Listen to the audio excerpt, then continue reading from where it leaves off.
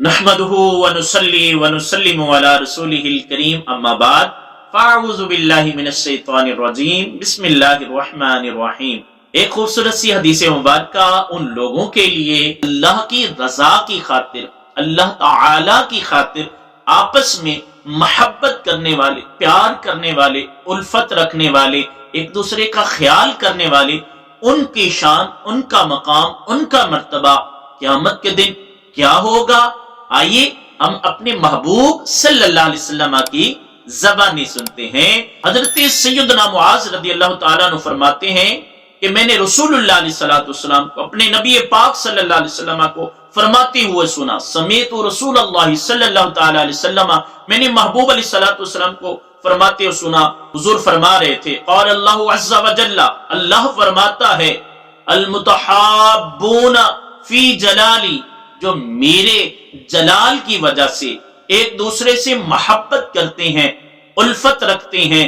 میرے جلال کی وجہ سے ایک دوسرے سے پیار کرتے ہیں، لہم منابر من نور یغبطہم النبیون والشہداء،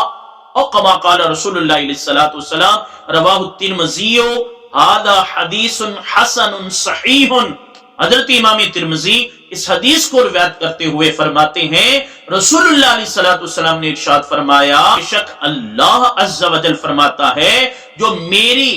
وجہ سے، میرے جلال کی وجہ سے ایک دوسرے سے محبت کرتے ہیں، قیامت کے دن وہ لوگ نور کے ممبروں پر ہوں گے، نور کے ممبر ان کے لیے ہوں گے، اور جن پر وہ بیٹھے ہوں گے ان پر انبیاء بھی رشک کریں گے،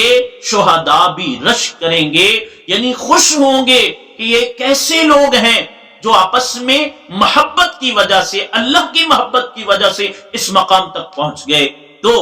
جب بھی کسی سے محبت کیجئے، اللہ کی رضا کے لیے کیجئے، جب بھی کسی سے نفرت کیجئے، اللہ کی رضا کے لیے کیجئے، جب بھی کسی سے پیار ہو، الفت ہو، محبت ہو، عشق ہو، وارفتگی ہو، الفت ہو، مودت ہو، تو اس کا ریزن یہی ہونا چاہیے کہ اس میں میرا رب خوش ہوتا ہے یا نہیں۔ اللہ کی رضا سے کے لیے ایک دوسرے سے پیار کیجئے، محبت کیجئے، محبت کو بانٹیے اور خوشیوں کو عام کیجئے۔ امید کرتا ہوں آپ کو یہ ویڈیو اچھی لگی ہوگی۔ بہت سارا خیال رکھیے، ملتے ہیں نیکسٹ ویڈیو کے ساتھ۔